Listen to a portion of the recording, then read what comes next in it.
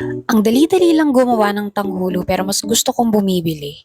So hi guys! For today's mini vlog, kumain kami ng tanghulo sa M8's Tanghulo located at Marquee Mall 2nd floor sa food court. Medyo dulo sila ha, so huwag kayong malilito or maliligaw. This is a newly opened store here in Marquee. Tapos ito pala yung price ng per stick nila and yung assorted.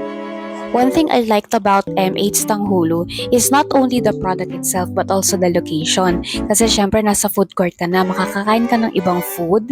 And of course, since nasa market tayo, madali lang yung parking. So, ang taste tester natin today is si Tala. So, si Tala yung naisip ko na mag-taste test kasi hindi siya mahilig sa fruits. So, makaka-wow talaga pag itong tanghulo na to nagustuhan niya. Sama ko sana yung ate niya at saka si Bunso. Kaso, tulog pa sila so siya na lang sinama ko. Sa lahat ng tanghulo na natry ko, ito lang yung may edible paper upon serving. Edible paper na lang in-enjoy pa talaga ni Tala.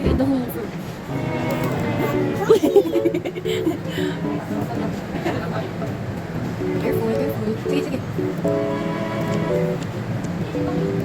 Asim? Hindi. Sweet siya. This one, okay. But this one. So itong green grapes na to, pasado na siya kay Tala kasi hindi siya maasim. Pati itong strawberry, pasado na rin sa kanya. Hindi ko na lang na-videohan. Pero tinikman ko, hindi nga siya maasim yung strawberry kasi yung tanghulo na na-try namin before sa friendship, medyo maasim yung strawberries niya. So, hindi gusto ni Star yun. Dito ako medyo kinabahan kasi pag binibili ko ng oranges si Tala, hindi niya talaga kinakain kasi maasim. Pero yung oranges ng M8 Tanghulo, pasado kay Tala kasi nasa sweet side siya.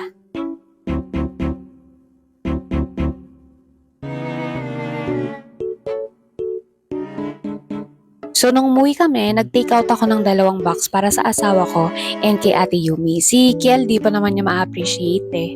And itong si Panganay, kahit ano naman masarap. So, no need na yung reaction niya or yung feedback niya. Hindi siya reliable, guys. So, yun lang. Bye!